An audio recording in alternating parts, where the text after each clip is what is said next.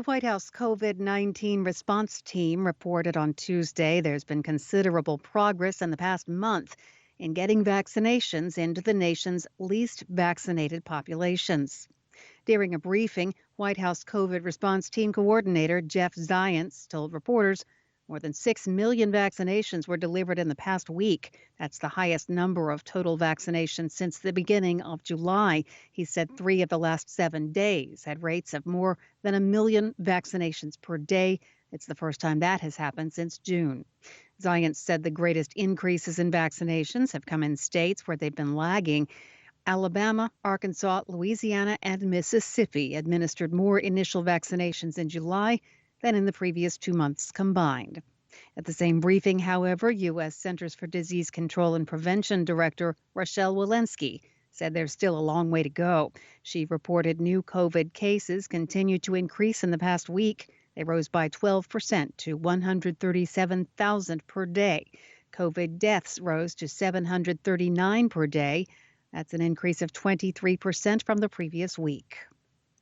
U.S. President Joe Biden said Tuesday the United States is on pace to complete evacuation operations from Afghanistan by the August 31st deadline. In televised comments from the White House, Biden said the U.S. has now evacuated more than 70,000 U.S. citizens and Afghans from Afghanistan since August 14th. He said 12,000 of those were moved out on Tuesday alone. Biden said he discussed the evacuation efforts on Tuesday with leaders from the G7 allies, a group of the world's largest economies. Russian President Vladimir Putin said Tuesday that Russia would not deploy its armed forces to Afghanistan to, in his words, interfere in Afghanistan's domestic affairs. He said Moscow had learned the lessons of the Soviet Union's failed intervention there. Soviet forces invaded Afghanistan in 1979 under the pretext of upholding a treaty with the Afghan government, but they were unable to defeat Islamic resistance fighters, and the Soviet government withdrew its troops 10 years later.